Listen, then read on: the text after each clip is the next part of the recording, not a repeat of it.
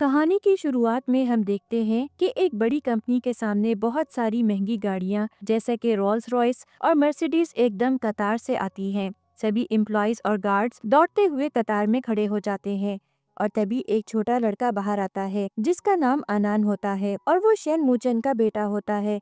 सभी गार्ड्स और एम्प्लॉयज कहते हैं आपका स्वागत है यंग मास्टर शेन। उसके बाद हमारी कहानी का मेल लीड शेन मूचन जो कि हेजिंग सिटी का सबसे अमीर व्यक्ति है बाहर आता है। वो अनान को उठा लेता है। तभी असिस्टेंट जंग आकर कहता है बॉस मुझे उस लड़की के बारे में पता चला है जिसने आपको बचाया था। वो जियांग फैमिली से है।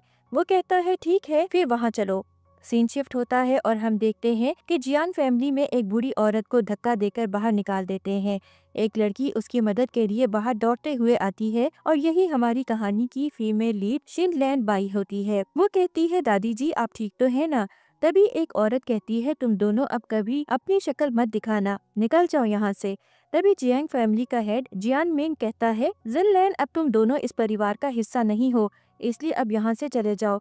जिन लैन कहती है मैं तो इस जियांग परिवार का हिस्सा 5 साल पहले से नहीं हूँ, पर दादी को क्यों निकाल रहे हो, वो तो इस परिवार का हिस्सा है। दादी जी कहती हैं भले ही तुम मुझे निकाल दो लेकिन कंपनी अभी भी मेरे हाथ में है और मैं तुम्हें वो कभी नहीं दूंगी। तभी जिन मैंग की बीवी लुओ हंसते हुए कहती है किस कंपनी की बात कर रही है बुढ़िया, वो तो आपके बीमार होने के समय ही हमने अपने नाम पर कर दी थी। ऐसा कहकर सभी हंसने लगते हैं। दादी को गुस्सा आता है तो वो लुओ को तन कर एक चमाटा मार देती है। ये देखकर उनकी बेटी दादी को थप्पड़ मारती है और कहती है तुम्हारी हिम्मत कैसे हुई बुढ़िया। लुओ खुद को संभालते हुए दादी को लात मार देती है और उसे नीचे गिरा देती है जिससे उसके मुंह से खून निकलने लगता है। लेकिन जिनलैन के सिवाय कोई उसकी मदद नहीं करता बल्कि उसकी ऐसी कंडीशन देखकर सभी हंसने लगते हैं। जिनलैन जैसे तैसे करके दादी को लेकर रोड पर जाती है और आती जाती गाड़ियों को रोकने की कोशिश करती है ताकि दादी को हॉस्पिटल ले जा सके। तभी वहां से शेन मूचन की गाड़ी भी चली जाती है लेकिन वो उसे नोटिस नहीं कर पाता। नेक्स्ट सीन में हम देखते हैं कि जिनलैन की दादी हॉस्पिटल में बेड पर होती हैं। वो जिनलैन को पास आने का कहती हैं और बताती हैं तुमने जिस बच्चे को 5 साल पहले जन्म दिया था वो शायद जिंदा है, उसकी मौत नहीं हुई है। उसे ये सुनकर बहुत बड़ा शौक लगता है। फिर हम जियांग फैमिली के घर में देखते हैं असिस्टेंट जेंग सबसे कहता है मिस जेंग ने 5 साल पहले जिस आदमी को होटल में बचाया था वो और कोई नहीं बल्कि मास्टर शेन खुद है। लुओ की बेटी जिन याओ मन ही मन में कहती है 5 साल पहले यानी वो आदमी जिसके साथ 5 साल पहले जिन लैन ने होटल में रात बिताई थी वो और कोई नहीं बल्कि हेजिंग का सबसे अमीर शेन है। शेन जिंगयाओ को अपने बच्चे की मां समझकर उससे कहता है कितनी इररिस्पॉन्सिबल मदर हो तुम। अगर मेरे बेटे को मदर की जरूरत नहीं होती तो मैं तुम्हें लेने कभी नहीं आता, इसलिए अब चुपचाप मेरे साथ चलो। तीनों ये सुनकर काफी खुश होने लगती हैं क्योंकि वो हेजिंग सिटी का सबसे अमीर आदमी था और बिना कुछ मेहनत किए वो उनकी बेटी को अपना रहा था। उन्हें तो बिना मांगे सोने के अंडे देने वाली मुर्गी मिल गई थी, इसलिए सभी इसके लिए राजी हो जाते हैं। नेक्स्ट सीन में हम देखते हैं कि जिन लैन एक डॉक्यूमेंट को देखकर किंडरगार्टन के प्रिंसिपल को कॉल करती है। असल में वो किंडरगार्टन की टीचर होती है। वो कहती है मैं जॉब करने के लिए रेडी हूँ पर मेरी कुछ रिक्वेस्ट है और मुझे पेमेंट एडवांस में चाहिए। प्रिंसिपल इसके लिए मान जाता है। फिर हमें पास्ट का एक सीन दिखाया जाता है जिसमें जिनलैन की डिलीवरी हुई होती है और नर्स उसे उसका बच्चा देती है। वो उसको देखकर बहुत खुश होती है। बच्चे के कंधे पर चांद की शेप का एक निशान होता है।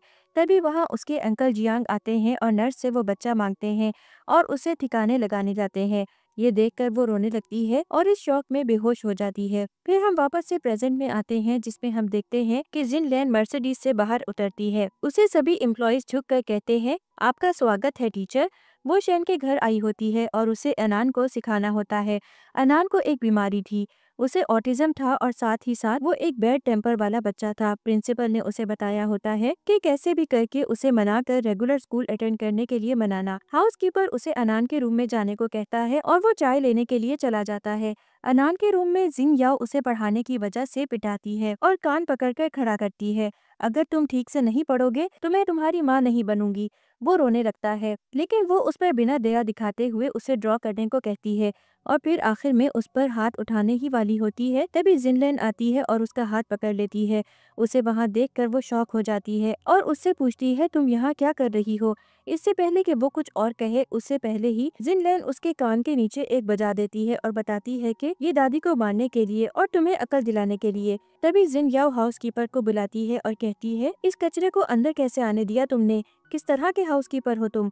वो उसे बताता है ये यंग मास्टर की न्यू टीचर है, जो कि ओरिगेटॉन किंडरगार्टन की सबसे बेस्ट टीचर है और इन्हें मिस्टर शेन ने काम पर रखा है। जिन याओ कहती है ये मेरा बच्चा है और मुझे हक है कि मैं इसके लिए कौन सी टीचर रखूंगी। अभी के अभी इसे घसीट कर यहाँ से निकालो। तभी अनान आकर उससे लिपट जाता है और कहता है प्लीज टीचर मत जाओ। जिनलैन उसे पकड़ती है और कहती है ठीक है बेटा, मैं यही रहूंगी और कहीं नहीं जाऊंगी। जिन याओ अनान को खींचती है और कहती है तुम्हारी हिम्मत कैसे हुई मेरे बच्चे को चुनने की? अगर तुम्हें पढ़ाना ही है तो तुम्हें मेरे सामने घुटने टेक कर मुझसे माफी मांगनी होगी, तभी मैं इसके बारे में सोचूंगी। ये कहकर वो वर्कर्स को बुलाती है और उनसे उससे पकड़ने को कहती है।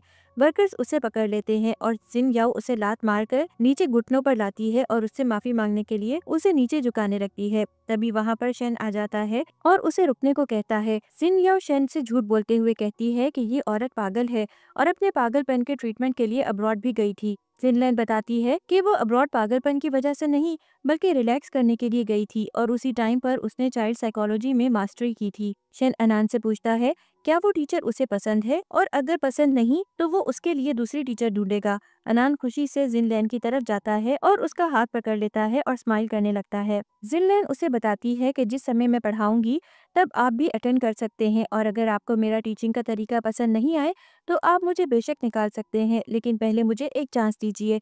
इस पर जिन याओ बहस करने लगती है, पर असिस्टेंट को कहकर वो उसे रूम से बाहर निकाल देता है और जिनलैन को पढ़ाने को कहता है। वो जिनलैन को देखते हुए मन ही मन में कहता है ये लड़की कुछ जानी पहचानी क्यों लग रही है।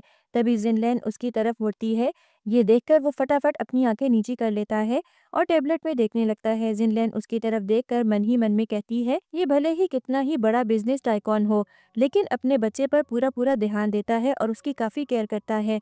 कितना अच्छा फादर है ये। थोड़े समय बाद वो चेयर से उठता है और उनकी तरफ जाते हुए कहता है चलो दिखाओ तुमने क्या ड्रॉ किया है, मैं भी तो देखूं मेरे बच्चे ने क्या ड्रॉ किया है। जिस पर जिनलैन पेंटिंग छुपाते हुए कहती है अभी ये कंप्लीट नहीं हुई है, आप भी इसे नहीं देख सकते। इस पर वो कहता है मैं तुम्हें टीचिंग के लिए पैसे देता हूँ तो मुझे देखना चाहिए कि तुम किस तरह से पढ़ाती हो। चलो अब हटो और मुझे पेंटिंग देखने दो। तभी अनान उसे धक्का देता है और वो भी पेंटिंग प्रोटेक्ट करने में लग जाता है। शेन कहता है बदमाश, अभी टीचर को पढ़ाए हुए एक दिन ही हुआ है और तुम अपने डैड को भूल गए।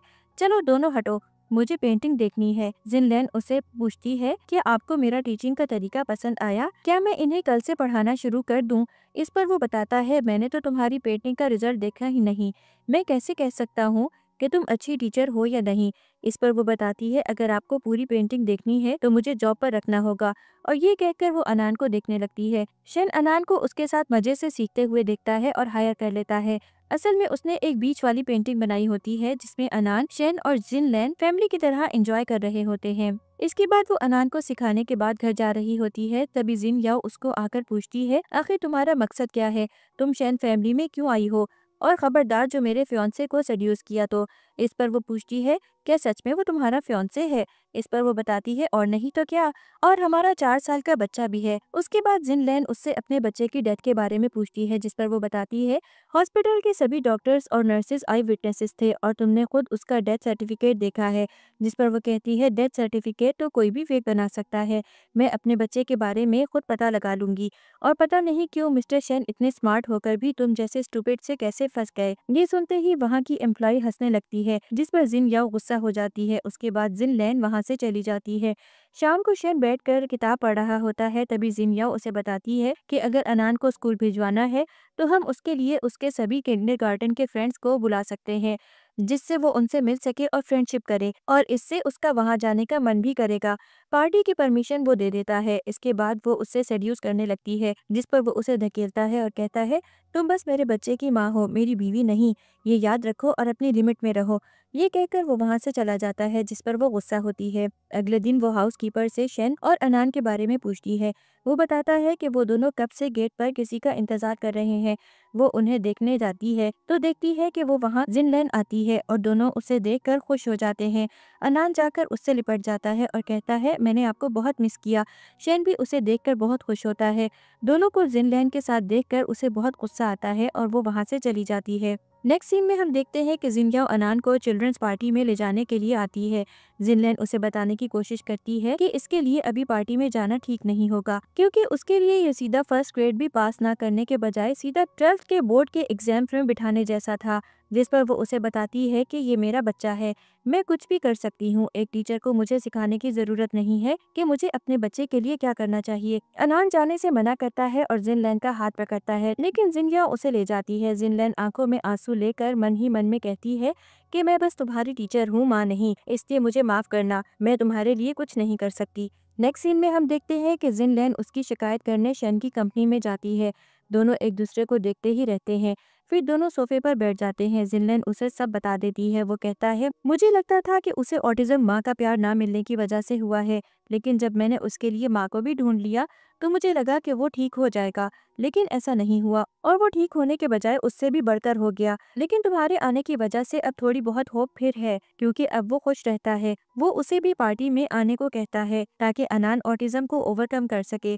दोनों बातें कर रहे होते हैं, तभी शैन जिनलैन को देखकर अट्रैक्ट होता है और उसके चेहरे की तरफ हाथ बढ़ाते हुए कहता है, क्या हम कभी मिले हैं? जिस पर वो उठती है और कहती है, आपकी पहले ही एक फियांसी है और आपको मुझे ऐसे नहीं कहना चाहिए जिससे मुझे गलतफहमी हो। वो ये कहकर वहाँ से चली जाती है। शैन तो सरप्राइज हो जाता है कि उसकी एक फियांसी भी है जिसके बारे में खुद उसे कुछ पता नहीं है। अगले सीन में हम देखते हैं कि चिल्ड्रंस पार्टी चल रही होती है। सभी गेस्ट चीन याओ और अनान को झगड़ते हुए देखते हैं। इससे सभी कहने लगते हैं कि माँ बेटे में नहीं जमती और सुना है कि शैन भी इंटरेस्टेड नहीं है, ये तो पक्का बस एक मिस्ट्रेस बनकर रहेगी। ये सुनकर जिन याओ गुस्सा हो जाती है और उन्हें बताती है कि वो शैन की फियांसी है और ऐसे फालतू रूमर्स फैलाए तो वो उन्हें हैचिंग में रहने लायक नहीं छोड़ेगी। और फिर अनान को डांटने और मारने लगती है कि वो उसकी माँ है और उसे अपनी माँ को प्यार करना चाहिए, ना कि एक फालतू टीचर को। तभी वहाँ पर जिनलैन आ जाती है। उसे देखकर अनान बहुत खुश होता है और उसे जाकर लिपट जाता है और फिर दोनों खेलने लगते हैं। जिनया उसे अपनी तरफ लेने लगती है, तभी जिनलैन की ड्रेस फट जाती है। वो ड्रेस को छुपाने लगती है। ये देखकर जिनयाओ हंसने लगती है और सबको देखने को कहती है और कहती है, कचरा तो सिर्फ एक कचरे जैसे ही ड्रेस पहन सकता है, लगता है तुमने ये ड्रेस भी चोर बाजार से चुराई होगी। जिनलैन को बहुत बुरा लगता है। अनान को भी बहुत गुस्सा आता है। तभी उस पर जिनयाओ पानी फेंक देती है और उसे जलील करने लगती है, लेकिन तभी शैन आता है और उसे रोक देता है और अपना जैकेट निकाल कर जिनलैन को पहना देता है। जिनयाओ उसको झूठे एक्सक्यूजेस देने लगती है, लेकिन वो उसके उन फालतू एक्सक्यूजेस को भाव भी नहीं देता और जिनलैन को लेकर वहाँ से चला जाता है। जिनलैन बेंच पर बैठी होती है। वहाँ पर शैन उसकी तरफ 2 वाइन के ग्लास लेकर आता है, उससे इस सब के लिए माफी मांगता है और उससे दिन की फियांसी वाली बात पर क्वेश्चन करता है। वो बात चाहते हुए टीज करते हुए कहता है, लगता है टीचर जेलस हो गई। दोनों एकदम पास जाते हैं और माहौल थोड़ा गर्म होने लगता है। दोनों किस करने ही वाले होते हैं, तभी उसे कॉल आता है। वो कॉल उठाते हैं और जिनलैन शर्मा जाती है। नेक्स्ट सीन पे हम देखते हैं कि अनान को कुछ बच्चे ये कहकर चिढ़ाते हैं कि तुम्हारी माँ बस तुम्हारे पापा के पैसों के लिए वापस आई हुई है, वो एक गोल्ड डिगर है। वो उन्हें इग्नोर करने की कोशिश करता है, लेकिन वो दोनों बच्चे उससे झगड़ने लगते हैं। उन दोनों बच्चों की माँ जाकर जिन याओ को कंप्लेंट कर देती है कि उसने मेरे दोनों बच्चों को बहुत कूटा है। वो बिना कुछ जांच पड़ताल किए हुए उससे मारने वाली होती है। तभी वहाँ पर जिनलैन आती है और उसे रोक लेती है, उसे समझाने की कोशिश करती है। तभी अनान के नाक से खून बहता है और वो बेहोश हो जाता है। जिनलैन रोते हुए उसको उठाने की कोशिश करती है। तभी वो उसके कंधे पर एक बर्थ मार्क देख लेती है, जो कि सेम वैसा ही है जैसा कि उसके बच्चे पर था जन्म के समय। वो समझ जाती है और उसे अपना बेटा कहकर रोने लगती है। गार्ड आकर उसे उसके कमरे में ले जाते हैं। शैन गुस्से में उन दोनों बच्चों के माँ बाप को सिटी से निकाल देता है। रात को जिनयाओ उसके कमरे में जाकर उसके कंधे के बर्थ मार्क देख लेती है। वो अपने मामा पापा को फोन करके बताती है, ग्रैंडमा को जल्दी से जल्दी घर लेकर आओ।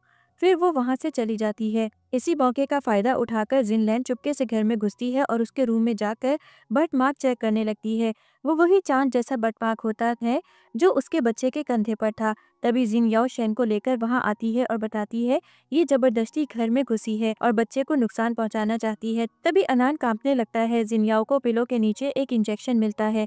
वो सारा इल्जाम जिनलैन पर डालती है। शैन डॉक्टर को बुलाता है। वो उसे ट्रीट करके चला जाता है, लेकिन वो अब भी बेहोश था, इसलिए वो जिनलैन को जब तक अनान ठीक नहीं हो जाता तब तक घर में बांदी बनाने को कहता है। वो अनान के ऐसे हालात की वजह से बहुत चिंतित होती है। तभी उसे हॉस्पिटल से कॉल आता है और वो बताते हैं कि उसकी ग्रैंडमा को किसी ने उनका बेटा बताकर उन्हें ले गया है।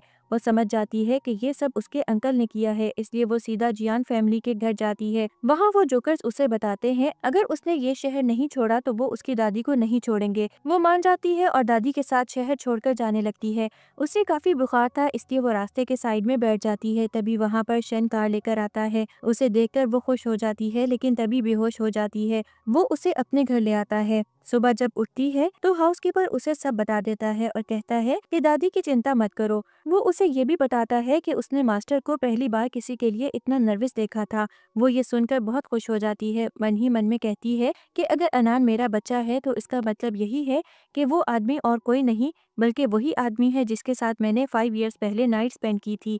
वो ये सोचकर शर्माते हुए खुश होने लगती है। तभी शैन वहाँ आता है और उसे सब एक्सप्लेन करने के लिए कहता है। वो बताती है कि मैं उसका बर्थमार्क देखने आई थी। वो उससे पूछता है कि वो उसका बर्थमार्क देखने क्यों आई थी। वो बताने ही वाली होती है, तभी चालाकी से वहाँ वो आती है और कहती है अनान को होश आ गया है। ये सुनते ही शैन दौड़कर वहाँ से चला जाता है। उसके पीछे पीछे वो दोनों भी चली जाती हैं। जिनयाओ नाटक करते हुए दिखाती है कि वो उसकी बहुत केयर करती है। तब अनान उसे खुद से अलग करता है और उसकी तरफ चला जाता है और कहता है टीचर आप मुझे छोड़कर कहीं मत जाइए। वो भी उसे प्यार करते हुए कहती है तुम्हारी टीचर कहीं नहीं जा रही हैं, अभी तो हमें वो पेंटिंग भी तो पूरी करनी है। दोनों बहुत हंसी मजाक करने लगते हैं और इसी बीच वो बताता है कि अब वो किंडरगार्टन जानना चाहता है। शैन दोनों को खुश देखकर खुश होने लगता है। ये देखकर वो मन ही मन में कहती है अगर मुझे पता होता कि ऐसा होगा तो मैं इस चिरकत को मार ही देती। नेक्स्ट सीन में हम देखते हैं कि वो किंडरगार्टन में होती है। वहाँ की एक फीमेल टीचर जाओ उसे रिजाइन करने को कहती है। असल में दोस्तों जिनलैन के पास कोई टीचिंग में सर्टिफिकेट नहीं होता है, उसके पास बस चाइल्ड साइकोलॉजी का सर्टिफिकेट होता है, लेकिन फिर भी उसे उसकी काबिलियत की वजह से प्रिंसिपल जॉब पर रख लेती है। लेकिन उससे सब जलते थे। वो फीमेल टीचर कहती है अगर अनान स्कूल आया तो मैं रिजाइन कर दूंगी और अगर नहीं आया तो तुम रिजाइन कर देना। वो कॉन्फिडेंट थी क्योंकि अभी तक जो भी टीचर गए थे किसी को भी अनान को स्कूल लाने में सक्सेस नहीं मिला था। यहाँ पर जिनलैन भी कॉन्फिडेंट थी, उसे पक्का पता था कि वो आएगा, इसीलिए वो शर्त लगाती है। सभी टीचर्स उसके बाहर वेट करते हैं लेकिन कोई नहीं आता। इससे बाकी सभी जल कुकड़े टीचर्स उसे रिजाइन करने को कहते हैं।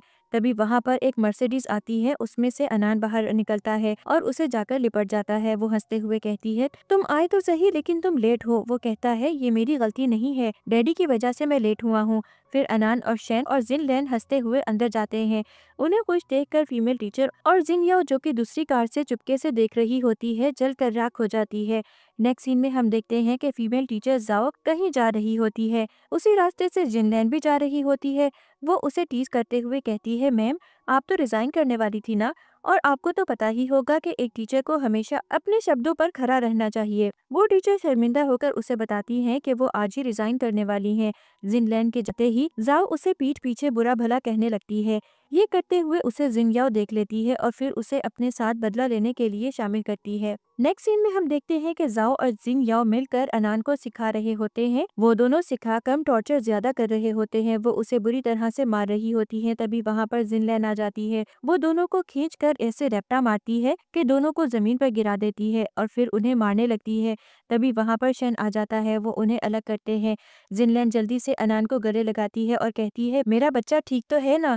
जिनयाओ और जाओ मिलकर जिनलैन पर झूठा इल्जाम लगाते हुए कहते हैं इसकी डिग्री भी फर्जी है, इसने कोई टीचिंग में मास्टरी नहीं की है। शैन उसे मेरा बच्चा कहने और डिग्री ना होने पर सवाल पूछता है। वो बताती है कि उसके पास डिग्री नहीं है लेकिन इनसे अच्छी सिखाती है और उसके पास चाइल्ड साइकोलॉजी की डिग्री है। और रही बात मेरा बच्चा कहने की, वो उनसे घबराते हुए कहा था। ये सुनकर वो उसे वहाँ से जाने को बोलता है। वो चली जाती है। नेक्स्ट सीन में हम देखते हैं कि वो कंपनी में चेयर पर बैठा होता है और जिनलैन का रेज्यूम लेकर उसे देखता हुए कुछ सोच रहा होता है। तभी असिस्टेंट वहां आ जाता है। वो ये बात असिस्टेंट को बोलता है।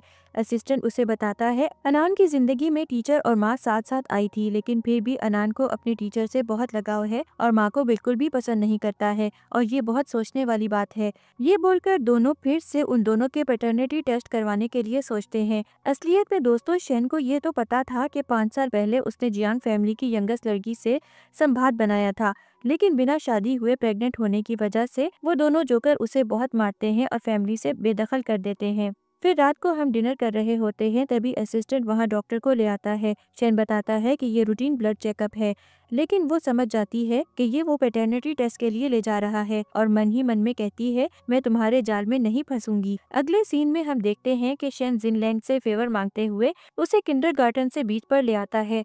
दोनों बातें करने लगते हैं और वो उसे टीज करने लगता है। वो हंसते हुए बताती है कि मुझे आज पता चला है कि आप किसी को बुली भी कर सकते हैं। वो उसे बताता है तुम्हें तो अभी मेरे बारे में बहुत कुछ जानना बाकी है। ये कहकर वो उसे किस करता है। जिनलैन भी उसे नहीं रोकती और दोनों किस करने लगते हैं। उसके बाद वो उसे हॉस्पिटल ले जाता है और उसका ब्लड सैंपल ले लेता है पैटर्निटी टेस्ट के लिए।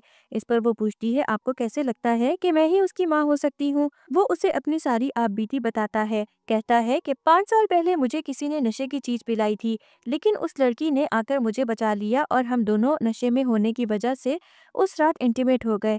सुबह उठकर देखा तो वो कहीं चली गई थी। जब मुझे उसका पता चला तो वो मेरे बच्चे को छोड़कर कहीं भाग गई। मुझे मेरा बच्चा तो मिला पर उसकी माँ से नहीं मिल पाया। वो मन ही मन में कहती है, ये सब मेरी कहानी जैसा क्यों लग रहा है, लेकिन मैंने अपने बच्चे को नहीं छोड़ा था। तभी असिस्टेंट जल्दी जल्दी वहाँ आता है और कहता है, मिस जियांग यंग मास्टर को टेरेस पर ले गई हैं और उन्होंने बताया है कि वो दोनों साथ में अपनी जान देंगे। सभी दौड़कर वहाँ जाते हैं। किंडरगार्टन के टीचर कैसे भी करके अनान को उससे छुड़ाते हैं। फिर वो अपनी जान देने की धमकी देने लगती है। शेन कहता है, मैंने पैटर्निटी टेस्ट करवाया है और अगर रिजल्ट में तुम उसकी माँ निकलती हो तो मैं तुम्हें प्रॉमिस करता हूँ कि बिना कुछ कहे मैं तुमसे शादी करूंगा, और अगर नहीं तो यहाँ से मर भी जाओ तो कुछ फर्क नहीं पड़ेगा। जिनलैन भी उसे रोकने की कोशिश करती है। उसे बताती है कि अनान को माँ की जरूरत है। जिनयाओ उसे बताती है कि वो तभी वहाँ से नीचे आएगी जब जिनलैन प्रॉमिस करेगी कि अगर जिनयाओ उसकी माँ होगी तो वो अपना बोरिया बिस्तर बांधकर शहर छोड़ देगी। इस पर जिनलैन मान जाती है। तभी असिस्टेंट दौड़ते हुए रिपोर्ट लेकर आते हैं। शर्ट रिपोर्ट खोलकर देखता है तो उसमें 99.99% बच्चे की माँ जिनयाओ के होने का रिजल्ट होता है। सभी शॉक हो जाते हैं। उधर जिनयाओ मन ही मन में चुड़ैल की तरह हंस रही होती है। फिर हमें दिखाते हैं कि जब असिस्टेंट रिजल्ट लेकर आ रहा होता है तभी जाओ उससे टकराती है और गिरते समय उससे वो रिपोर्ट ले लेती है और नकली रिपोर्ट ग्राउंड पर छोड़ देती है। ये सब जिनयाओ का प्लान था, सुसाइड से लेकर रिपोर्ट एक्सचेंज करने तक का। जिनलैन उदास होकर जाने लगती है। शेन भी उसके पीछे पीछे जाता है और उसे मनाने की कोशिश करता है। वो बताती है कि वो प्रॉमिस के हिसाब से ये शहर छोड़ देगी। उसने ये प्रॉमिस जिनयाओ से किया था जब वो छत से कूद रही थी। वो उससे भी प्रॉमिस फुलफिल करने को बोलती है। तभी वहाँ पर एक टीचर आता है और बताता है कि अनान किसी की नहीं सुन रहा है और सब तहस नहस कर रहा है। तभी जिनलैन जाकर उसे गले लगाती है और उसे शांत होने को कहती है। वो उसे जाने से मना करता है। फिर वो उसे घर ले जाता है और वहाँ पर वो उसे कहानी सुनाकर सुलाती है। बाहर आकर देखती है तो वहाँ पर शेन भी खड़ा था। वो उसे कहता है, तुम शहर मत छोड़ो, अनान तुम्हें नहीं जाने देगा और मैं भी तुम्हें नहीं जाने दूंगा। ये सुनकर वो शर्माती है और हंसने लगती है। ये बात जिनयाओ सीढ़ियों से सुन लेती है। वो कहती है, मैं तुम पर दया दिखाकर तुम्हें जिंदा छोड़ने वाली थी, लेकिन अब नहीं। अब देखना तुम्हारा क्या हाल होगा। फिर हम देखते हैं कि असिस्टेंट उसे हॉस्पिटल के बाहर छोड़ आता है जहाँ पर उसकी दादी एडमिट होती हैं। तभी वहाँ एक गाड़ी आती है और उसे कुछ लोग किडनैप कर लेते हैं। नेक्स्ट सीन में हम देखते हैं कि शेन शराब पी रहा होता है। असिस्टेंट आकर उसे बताता है कि उसने उसे हॉस्पिटल छोड़ दिया था। तभी दादी के उसे कॉल आती है और वो बताती है कि वो अभी तक हॉस्पिटल नहीं आई है। क्या वो आज रात उसी घर में रहने वाली है? फिर सीन चेंज होता है और हम देखते हैं कि गुंडे उसे जिंदा ही दफनाने वाले होते हैं। वो बहुत डरी हुई होती है। तभी वहाँ पर शेन आता है और उनकी जमकर पिटाई कर देता है। फिर उसे छुड़ाता है और मुंह से टेप निकाल देता है। वो उससे लिपट कर रोने लगती है और कहती है, मुझे लगता था कि मैं तुमसे कुछ कहे बिना ही मर जाऊंगी। मैं सच में तुमसे बहुत प्यार करती हूँ और अगर मरने से पहले तुम्हें ये नहीं बताती तो मैं क्या करती। फिर वो उन दोनों को पुलिस को सौंप देते हैं। जिनलैन के पैर में मोच आने की वजह से वो उसे गोदी में उठाकर हॉस्पिटल ले आता है। फिर वो उसके बेड के साइड में बैठकर पूछता है, टीचर जी, क्या वो सच था जो तुमने बीच पर कहा था? एज अ टीचर तुम्हें अपने वर्ड्स पर खरा उतरना चाहिए। हड़बड़ाते हुए वो कहती है, मैं तो बस ऐसे कह रही थी कि मुझे आप पसंद है, मुझे अनान पसंद है, मुझे प्रिंसिपल सर पसंद है, फ्रेंड टाइप का लाइक करती हूँ मैं तुम्हें बस। और वो अपनी बात खत्म कर ही पाती है कि वो उसे किस कर लेता है। इसके बाद अनान भी आकर उससे मिलता है। तीनों फैमिली की तरह साथ थे। एक नर्स ये देखकर कहती है, कितनी प्यारी फैमिली है आपकी। जिनलैन शर्माते हुए धीरे से कहती है, ऐसा कुछ नहीं है। तभी वहाँ पर जिनयाओ आती है और उसे वेश्या कहकर बेइज्जती करने लगती है। शेन से सहा नहीं जाता और वो उसे एक थप्पड़ मार देता है।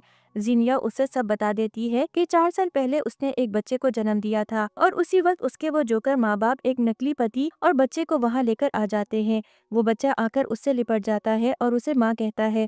शेन को ये देखकर गुस्सा आता है और वो उसे मारने लगता है, लेकिन जिनयाओ उसे रोते हुए ये कहकर रोक देती है, वो उसका अब प्राइवेट मामला है। ये सुनते ही वो अपने बच्चे को लेकर वहाँ से चला जाता है। शाम को शेन ड्रिंक कर रहा होता है। तभी वहाँ पर जिनयाओ आ जाती है। वो उसे शादी वाला प्रॉमिस को पूरा करने को कहती है। वो उसे धक्का देकर वहाँ से चला जाता है। फिर वो बीच पर जाकर शराब पीने लगता है। असिस्टेंट उसे रोकने की कोशिश करता है लेकिन वो नहीं रुकता। वो जाकर जिनलैन को बुला लाता है। उसे देखकर वो खुश हो जाता है और उसे अपने करीब कर लेता है। वो उसे बताती है, जिनयाओ ने जो कहा वो सच है, मैं एक बच्चे की माँ हूँ। मैं तुम्हारे लायक नहीं हूँ। ये सुनते ही वो कहता है, मैं भी तो एक बाप हूँ और मुझे कोई फर्क नहीं पड़ता कि तुमने पास्ट में किसके साथ कुछ रिलेशनशिप रखा है या नहीं। ये कहकर दोनों किस करने लगते हैं। दोनों बीच पर सो रहे होते हैं, तभी वो वहाँ से उठकर हॉस्पिटल जाती है। वहाँ पर वो नकली पति उससे शादी के लिए ये कहकर ब्लैकमेल करता है कि अगर उसने शादी नहीं की तो वो उस बच्चे को मार देगा। फिर वो बाहर निकलकर जिनयाओ को कॉल करता है और उसे पैसों की बात करता है। वो बच्चे को अपने पास लेकर उसे संभाल ही रही होती है, तभी उसकी नजर उसके कंधे पर जाती है। उसके कंधे पर वो बर्थमार्क नहीं था। उस बच्चे से पूछती है तो वो सब बता देता है कि ये उसके पापा ने उस पर लगाया था, जो कि बस 2 दिन तक था और आज वो उसे फिर से निशान लगाने वाले हैं। ये सब सुनते ही वो समझ जाती है कि ये जियांग फैमिली की चाल है। वो मदद के लिए अपने फ़ोन उठा लेती है, तभी वो उसका फ़ोन छीन लेता है। वो उसे बताती है शादी की बात उसे दादी को बतानी है और दादी हॉस्पिटल में है, इसलिए वो उससे मिलने की जिद करती है। वो मान जाता है, लेकिन वो भी उसके पीछे पीछे चला जाता है। वो दादी को शेन को कॉल लगाने को कहती है, लेकिन वो कॉल जिनयाओ उठाती है। हॉस्पिटल में आकर उसे बेहोशी की दवा देने को कहती है। फिर हम देखते हैं कि नकली पति जिनलैन को अपने घर ले आता है और उसे मिसट्रीट करता है। वो उसे बताती है कि उसे बचाने शेन जरूर आएगा। वो कहता है कि ये बस तुम्हारी गलतफहमी है और ये कहकर वो उसे शेन के घर के सामने ले जाता है, जहाँ पर वर्कर्स शादी की तैयारी कर रहे होते हैं। जिनयाओ से सब प्लान के बारे में पूछने पर वो बताती है, अब क्या सच का फायदा, अब तो मैं शेन से शादी कर लूंगी और तुम इस लंगूर से, अब निकलो यहाँ से। वो जबरदस्ती से उसे वापस से वैन में बिठाकर ले जाते हैं। शेन को रास्ते में वो वैन दिखाई दे जाती है और उसे थोड़ा शक होता है, इसलिए वो असिस्टेंट से उस वैन के बारे में जांच करने को कहता है। असिस्टेंट को जांच करने पर पता लगता है कि वो वैन उसकी नकली पति की है और उसे पता चलता है कि वो जिनलैन से शादी करने वाला है। ये सुनते ही वो जल्दी से उसके घर जाता है। नेक्स्ट सीन में हम देखते हैं कि घर पर वो नकली पति शराब पीकर सो रहा होता है। इस मौके का फायदा उठाकर वो छोटे बच्चे को लेकर वहां से निकलने की कोशिश करती है। वो दरवाजा खोलने ही वाली होती है, तभी एक बोतल उड़कर वहां उसकी तरफ आती है। वो उसी ने फेंकी होती है। वो पूछता है, मुझे बिना बताए तुम कहाँ जा रही हो? तभी दरवाजा बजता है। वो जल्दी से दरवाजा खोलने ही वाली होती है, तभी वो इशारा करता है कि अगर तुमने मुझे कुछ किसी से कहा तो मैं इस बच्चे को जिंदा नहीं छोड़ूंगा। ऐसा इशारा करके वो उसे दरवाजा खोलने को कहता है और बच्चे को लेकर अंदर जाता है। दरवाजे पर शन था। उसे देखकर वो दरवाजा बंद करती है और नकली पति को बताती है कि कोई नहीं है दरवाजे पर, लेकिन शन दरवाजा खोल लेता है। वो शन के सामने एकदम भीगी बिल्ली बनकर इनोसेंट बन जाता है और कहता है, मिस्टर शन, आप यहाँ इस गरीब के घर में क्या कर रहे हैं? जिनलैन अंदर जाती है और गिलास में पानी भरने की एक्टिंग करते हुए शन को आशा भरी नजरों से देखती है। वो बताता है कि जिनलैन ने मेरे लिए जो काम किया है उसकी सैलरी देने आया हूँ मैं। वो उसे बुलाते हुए कहता है, अब तो मैं ही इसका अच्छे से ख्याल रखता हूँ, तो आप वो पैसे मुझे भी दे सकते हैं। ये कहकर वो भिखारियों की तरह हाथ आगे करने लगता है। तभी शेन उसके हाथ में सिगरेट जलाने वाला लाइटर देखता है। वो जिनलैन को भी देखता है और अपने पैर के नीचे देखता है तो वहाँ पर टूटे हुए बोतल की कांच थी। वो कार्ड उसे देकर बाहर निकलता है। वो सब सिचुएशन समझ जाता है और बाहर आकर असिस्टेंट से कहता है, हमारे आदमियों को बुलाओ और पूरे घर को घेर लो, जिनलैन खतरे में है। फिर हमें उसी नकली पति के घर का सीन दिखाते हैं। वो पैसे पकड़कर खुश होता है। जिनलैन उसे बताती है कि उसे सब पता चल गया है कि उसने इस बच्चे को उसके पेरेंट्स के गार्डन से किडनैप किया है। ये सुनते ही वो गुस्सा हो जाता है और छोटे बच्चे को मारने लगता है। वो पूछती है, किस तरह के मर्द हो तुम जो बच्चों और औरतों को परेशान करते हो? वो बताता है कि मुझे बच्चों और औरतों को परेशान करने में बड़ा मजा आता है। ये कहकर वो उसे भी मारने लगता है। फिर वो उसके साथ जबरदस्ती करने लगता है, तभी साइड में पड़े चाकू से वो उस पर वार कर देती है। वो जल्दी से बच्चे को लेकर वहां से भागने लगती है। बाहर असिस्टेंट और शन अपने लोगों का इंतजार कर रहे होते हैं, तभी दौड़ते हुए जिनलैन वहां आती है और कहती है, मैंने उसे नहीं मारा। ये कहकर बेहोश हो जाती है। शन उसे उठाकर गाड़ी में बिठाता है। असिस्टेंट जाकर उस आदमी को चेक करता है और आकर सब शन को बता देता है। शन गाड़ी में बैठता है और कहता है, चिंता मत करो, वो आदमी मरा नहीं है और पुलिस को उसके गुनाह का सबूत भी मिल चुका है। ये कहकर वो उसे छूने लगता है, लेकिन वो उसका हाथ छुड़ा लेती है। जिस पर वो पूछता है, क्या तुम्हें सच में वो आदमी इतना पसंद है? इस पर वो बताती है कि 5 साल पहले का वो आदमी ये नहीं था और ना ही ये बच्चा उसका है। वो उसे ये भी बताती है कि अब वो ये सिटी दादी और उस बच्चे के साथ छोड़ने वाली है और उसे शादी के लिए कॉन्ग्रेचुलेट करती है। फिर वो दादी से मिलने हॉस्पिटल जाती है, लेकिन नर्स उसे अंदर जाने नहीं देती और उसे धक्का देती है। वो शेन पर जाकर गिर जाती है। शेन को देखकर वो नर्स दरवाजा खोल देती है। दादी को दवाइयों के ओवरडोज होने की वजह से उन्हें कुछ याद नहीं आ रहा होता और वो जिनलैन को पहचान नहीं पाती। नर्स झूठ बोलती है कि उन्हें अल्जाइमर्स हो गया है। ये सुनकर वो डर जाती है, लेकिन शेन उसे हौसला देता है कि वो उनका इलाज बेस्ट डॉक्टर से करवाएगा। अगले सीन में हम देखते हैं कि जिनयाओ का प्लान फेल होने की वजह से वो काफी गुस्सा हो जाती है।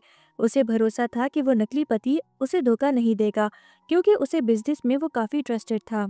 फिर वो अपने चेले से कहती है कि मेरे पास एक और ट्रम्प कार्ड है। फिर सीन शिफ्ट होता है और हम देखते हैं कि जिनलैन और शेन जिनलैन के लिए अपार्टमेंट ढूंढ रहे होते हैं। वो उसे अपनी खुद की एक प्रॉपर्टी उसे दिखाता है। वो उससे रेंट पूछती है, जिस पर वो बताता है कि उसे रेंट देने की कोई जरूरत नहीं है, लेकिन वो ऐसा करने से मना कर देती है। फिर वो उसे किस करता है और कहता है अगर पैसे नहीं देने तो मत दो, दूसरे तरीके से भी रेंट भर सकती हो। वो उसे दूर धकेलते हुए कहती है मैं उस टाइप की औरत नहीं हूँ। वो बताता है कि मुझे पता है और सच में कोई पैसा देने की जरूरत नहीं है, लेकिन वो नहीं मानती और कहती है भले ही रेंट एक साथ ना दे सकूं, लेकिन मैं तुम्हें इंस्टॉलमेंट में पैसे दूंगी। वो मान जाता है और तभी उसे कॉल आ जाती है। वो जल्दी से वहाँ से चला जाता है। जिनलैन फिर हॉस्पिटल जाती है। वहाँ पर वो अपनी बेहोश दादी से बातें करने लगती है और उन्हें सब बताती है। वो उसे छोटे बच्चे से अपनी चीजों की पैकिंग करने के लिए कहती है। वो अपनी सैंडल वहाँ से लेकर जा ही रहा होता है कि उसे बेड के नीचे अनान दिखता है। अनान जिनलैन से गले मिलता है और बताता है कि उसने जिन याओ और जाओ की बात सुन ली थी। वो दोनों मिलकर उसे किडनैप करने वाली थी और उसके जरिए उसके पापा को ब्लैकमेल करने वाली थी, इसलिए वो वहाँ से भाग गया और वहाँ पर आकर जिनलैन का इंतजार करने लगा। वहाँ पर शेन बहुत परेशान था। वो सबको उसे ढूंढने के लिए कहते हैं। असिस्टेंट आकर बताता है कि वो खुद से बाहर चला गया है।